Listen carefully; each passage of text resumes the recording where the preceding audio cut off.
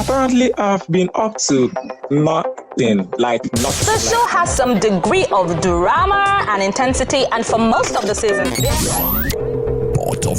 why wouldn't they tell us all forms of funny stories like snakes swallowed money and rats became an army of giants and invaded Assyria? Anyway, enough said. I want to hear your own experience. Welcome to another exciting episode of the Pot of Beans podcast. My name is Afro Wendy, and I'm excited to have you here today. Good morning, my neighbors. How are you doing? Are you doing okay? Hey, good morning, my neighbors. How are you doing? Are you doing okay? Guys, I've missed you so much. How are you doing? I hope you are doing well, because as you see me, so I don't miss you so I have missed you so much. Every time I'll be like, oh my god, my listeners, Pot of Beans podcast, what am I doing? But the funny thing there is that nobody has checked on me to ask me what is it. Okay, granted, a few people did, but are you guys even thinking about me at all? Am I in your mind? Because I have been a bit off the grid for, let's say, a week or two. Nobody has said what's up, what is happening. Nobody have decided to check on me, but it is well. I still love you regardless. Alright guys, so as you have noticed, I have not been as consistent as I ought to, and this is just because I have been busy. Work has been stressful, so most of my days are spent in Lagos traffic, and so when I get back, I'm usually exhausted and I cannot record, I cannot edit, and so adjustments have to be made. And our people talk say na condition they make crayfish bend. So in order to accommodate the situation and the circumstances, we have to bend, my people. And our bending is that instead of the podcast to air once every week, it's now going to be on a bi-weekly basis. So guys, bear with me. Now condition make crayfish bend, and as we do so, now bend with the bend. Anyway, let's get back to the business of today. Today we are going to talk about Nigerian job market. We are going to talk about it. We are going to dissect it, because this problem is affecting me personally. You know why? Because my very first topic on this podcast is job hunting in Nigeria. So I don't take these topics or these kinds of topics for granted, because these topics affect young people. The whole condition of Nigerian youth is because of this kind of topic. So we are going to talk about it today. The Nigerian job market. Let's start with the Nigerian labor laws. So I don't even know if Nigerian labor laws are functional or if they are there. I know they are there, right? But I don't even think they are functional. The only time you hear about Nigerian labor union or whatever is when they want to go on strike or demand minimum wage. That is when you see them wax strong. But you don't see them when it comes to employer-employee relationship. You don't see them doing anything about it. I feel that the problem with the Nigerian job market or the Nigerian employment policies and all is that, first of all, the employees don't know their rights. And in a saturated market like Nigeria, where unemployment rate is high, the employee is at risk of what we call abuse. Because this is very simple, if demand for labor is higher than supply, like you get what? Special treatment. Employers will treat employees specially. But once you have supply greater than demand, that is when the employees have entered what we call seeking. Honestly, and that is the situation in Nigeria. Because why? Supply of labor is greater than demand. There are no jobs, but there are a lot of graduates being flushed out of the university, half-baked or baked graduates, anyone, however you want to put it, because usually that's what they say. They usually say they are half-baked. But forget about that anyway, that's by the way. But that is what you get, and that is the situation in Nigeria. Supply is greater than demand. And one thing is, the Nigerian labor laws does not make provision, or does not, I don't know. See, it's just dicey. Okay, it does, because I went through some of the laws, and there are some provisions that make sense. And these are the ones that I want to address. They make sense, but they are not being applied, and nobody is there to enforce them. That is just it. So for instance, now there's this law that states that employers of labor must provide transportation or transport allowance for their employees. So I want to ask you, as a job seeker or as an employee in a company, does your company provide transportation for you? Because I don't know, a lot of people I've conversed with don't have that provision. And nobody is even talking about it. Nobody. Like, if they don't pay you the transport allowance, you will not keep them. And the fact is that, do we even know we are supposed to get transport allowance? No, we don't. So how do we even start addressing the issue? I think we need to be conversant with some of these labor laws. Another one is that employees have to be given a notice of termination or salary in lieu of such notice. So what this means is that before any employer sacks you, they should be able to give you a notice ranging from 1 day to 1 month, depending on your length of service. So for instance, now if you've served that company for 3 months or 1 year or whatever, they should be able to give you notice of termination depending on how long you have served them.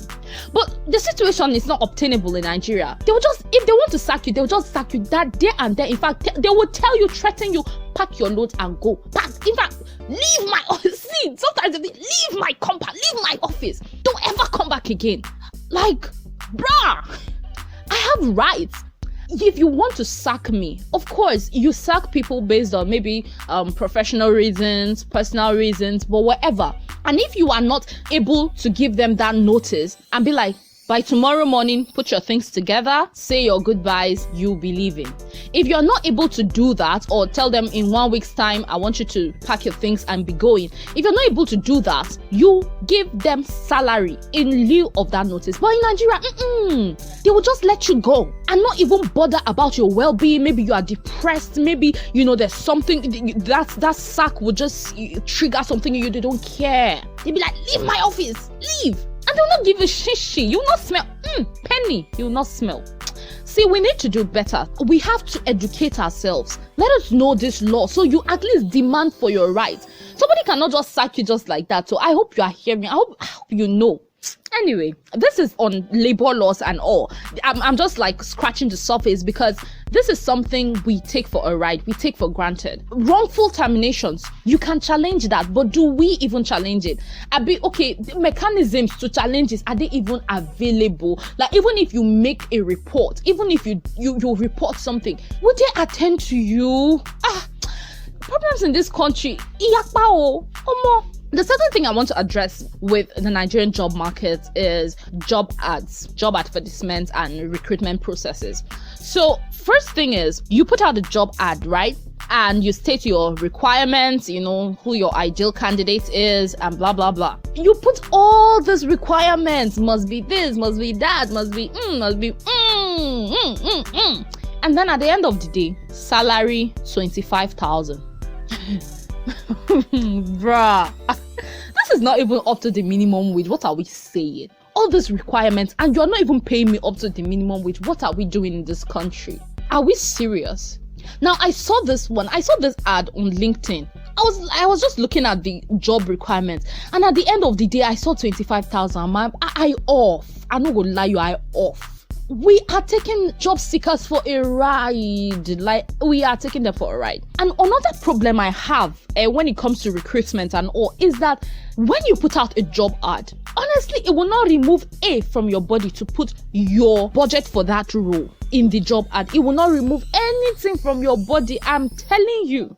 But no, you will not put it. And that is understandable. Maybe you have your personal reasons. And at the end of the day, somebody will apply. You ask them in the application, your expected salary. They will write. And you review their CV, review everything, and call them for interviews. You call them. And they ask you, what is the budget for this role? You tell them, I cannot say until we have reached the final stage. Like, don't make me waste my time now, so that if it is something that I know I would want to consider, then I move forward. But honestly, we will not say. You will make somebody waste time, effort, and money pursuing a job. And at the end of the day, what you are giving them is not even what they expect. Like, it is not even close to. Like, where is our conscience? Do you know that if somebody attends an interview, let's say it's virtual, let's say it's online, time, data, and effort, mental effort, And if it's on site, time, money for transportation, and effort. So why don't you save yourself stress and save the other person's stress? Like, let us save ourselves stress and let us define the relationship from the start, so that if it is something that I know I would be able to take, then I can take it.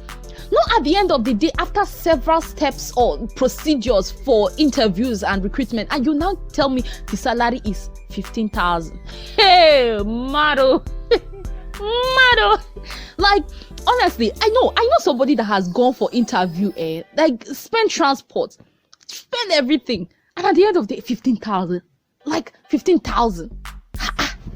Do you have conscience like this? Do you have conscience? And it's not like you are going to reimburse them the money they use for transportation. No, job seeker that doesn't even have money.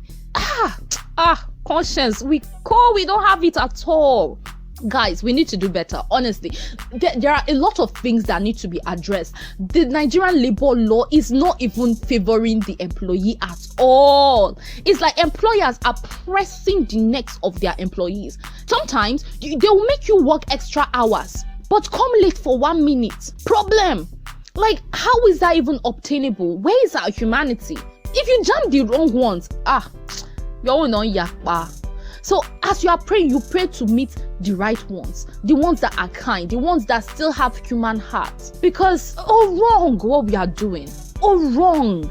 I don't even know how to start going deep into all this, because it's really painful. I have friends, and a lot of my classmates are actually in the job seeking phase together. Now all of us did the job seeking phase. I don't search for job now. Shebina we I don't search for job. And we are seeing the things that are happening. And it can get discouraging. It can get depressing. You apply for a job, they will not even give you feedback whether you did well. I know some people must have applied for 100 and something jobs by now. You just be submitting CV. You cannot even track where you submitted and where you did not submit, because it's wild. It's a wild game, guys. So please be kind, yeah? As a recruiter, please don't just help people. Save time and effort and money. State the relationship. Let everybody know what they are going into. Don't make people waste time and effort, and at the end of the day, what you are offering is not even worth it. Anyway, Sha, send me your feedbacks. Yeah, I want to know, what are your experiences in the Nigerian job market as a job seeker, or maybe you've sought for a job before. What was your experience like? Was it funny? Was it tough? Was it hilarious? What was it like? Was it stressful, depressing? I really want to know. And don't forget to share this podcast, guys. If you really enjoy the contents of this podcast, please share with your friends. Don't you want us to blow? If we go international, it is all of us. So you guys, please share with your friends. Don't keep silent now. They say a closed mouth is a closed destiny. Hallelujah, guys. A closed mouth is a closed destiny. So please open up your destinies, or open your mouth and spread the news about this podcast. Thank you very much, and God will bless you. Thank you guys for listening to this podcast. Please, let's do this again. You can also support this podcast by tipping me on Yushukran and Patreon, sharing my links with your friends, and let them tip me 100 naira, like just 100 naira. Simple, much, plenty, and the Lord will bless you. Thank you so much, guys. Thank you so much. If you've listened to this point, I feel like giving you a big hug right now. Thank you so much for listening, and let's do this again next week. Shebi, you talk my case. You say you go slap my face. You say you go mark my face. Today they smell my face. Okay, the girl is fat. You said she's feeling your swag. My belly is looking like that, because I'm killing the shot. Yeah, boss, I'm going to telephone.